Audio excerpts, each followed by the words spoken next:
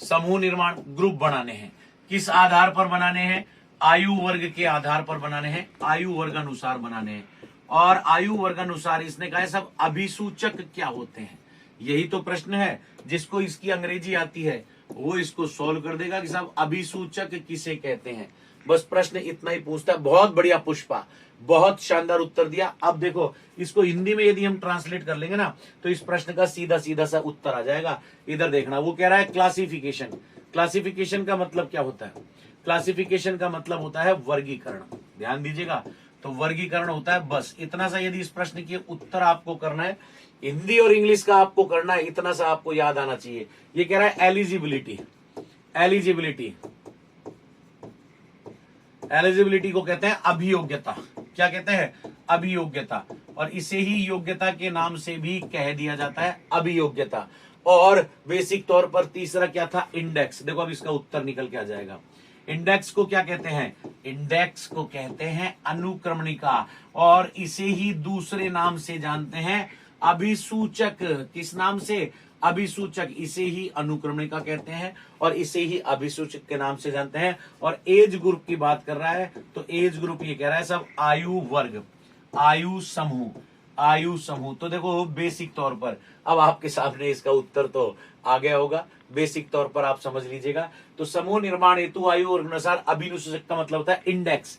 Index ऐसा प्रश्न जिसमें सीधा सीधा केवल वो आपसे हिंदी को अंग्रेजी में पूछ रहा है। क्या पूछा था? केवल हिंदी को अंग्रेजी में ट्रांसलेट किया था कि कक्षा में समूह निर्माण हेतु विभिन्न आयु वर्ग अनुसार बनाए अभिसूचक किस नाम से जाने जाते हैं? विभिन्न आयु वर्ग अनुसार।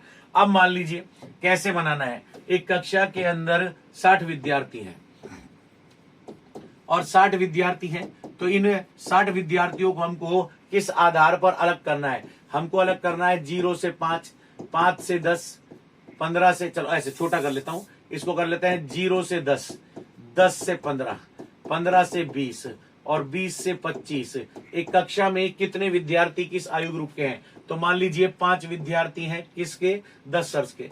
15 विद्यार्थी हैं किसके? 10 से 15 के।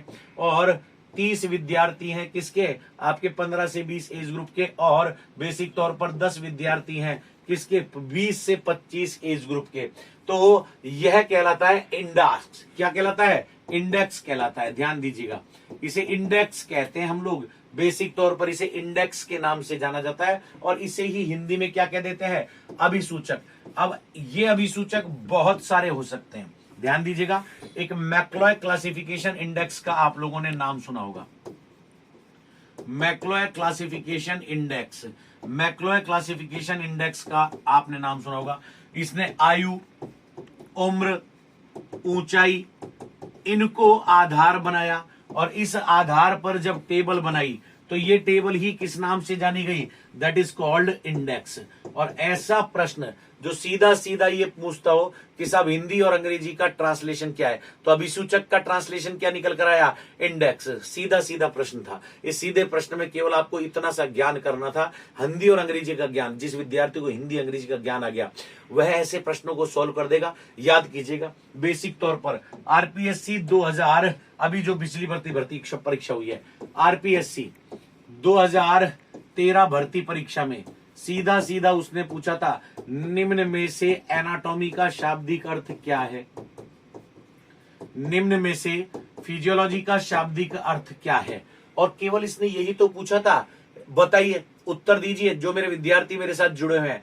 आरपीएससी राजस्थान पीटीआई 2013 का भर्ती परीक्षा का प्रश्न सीधा सीधा उसने अंग्रेजी को हिंदी में पूछा। यही प्रश्न आते हैं और ऐसे ही 3 प्रश्न उसने पूछे थे 2013 के अंदर, सॉरी 2011 के अंदर। मायोलॉजी किसे कहते हैं, साइटोलॉजी किसे कहते हैं और हिस्टोलॉजी किसे कहते हैं? बताइए। देखता हूं कौन कौन उत्तर देता है, देखता हूं कौन कौन उत्तर देता है। ये कुछ प्रश्न आपके सामने मैंने रखे। ये तो 2013 के प्रश्न और ये 2011 के प्रश्न। बताओ बेसिक तौर पर बताइए, मायोलॉजी, फिजियोलॉजी, साइटोलॉजी, एनाटॉमी, इन सब का अर्थ क्या है? बताइए। 5 आपके सामने मैंने शब्द रखे हैं। पहले 3 विद्यार्थी जो उत्तर देंगे उनको मैं यहाँ अनाउंसमेंट के माध्यम से बताऊंगा। बताइए 5 आपके सामने ये 5 प्रश्न आपकी भर्ती परीक्षा के आए हुए। इतना सा स्तर है हमारे बेसिक तौर पर। जतिन शर्मा ने लिख दिया साइटोलॉजी सेल, बहुत बढ़िया, साइटोलॉजी सेल का अध्ययन। ओके, निर्मला सियाग कहा गया है मांसपेशी का, मायोलॉजी मसल, बहुत बढ़िया। और बताओ कौन है, और बताओ। पुनीत शर्मा का आया शरीर रचना विज्ञान, बिल्कुल रचना विज्ञान कह दिया है शरीर की, इसको क्या कह देंगे, एनाटॉमी। और बताइए, और किसने उत्तर लिखा है, शरीर क्रिया विज्ञान, विक्रम सिंह ने कह दिया है, बहुत बढ़िया। क्या उत्तर आ गया, क्रिया विज्ञान उत्तर आ गया, बस। और एक बचा है, बता दो इसका उत्तर। आज शाम के बैच में बताया, निर्मला सियाग ने कह दिया ऊतकों का अध्ययन, बहुत बढ़िया। बताओ, ऐसे प्रश्न आएंगे सीधे सीधे रखे हुए, बस हमें समझना है। इसीलिए हमने एक प्रश्न बनाया, अभिसूचक किसे कहते हैं, और अभिसूचक को अंग्रेजी में डाल दिया। अंग्रेजी में इसे क्या कहते हैं, इंडेक्स। क्या कहते हैं, इंडेक्स। और ये प्रश्न बन गया। और ये प्रश्न हमारे लिए इसलिए जटिल हो गया क्योंकि हमें अंग्रेजी और हिंदी का ट्रांसलेशन नहीं आता। इतना सा खेल है भैया, तो खाली एक हिंदी और अंग्रेजी की आप बात नहीं कर सकते हैं। चलिए अगले प्रश्न की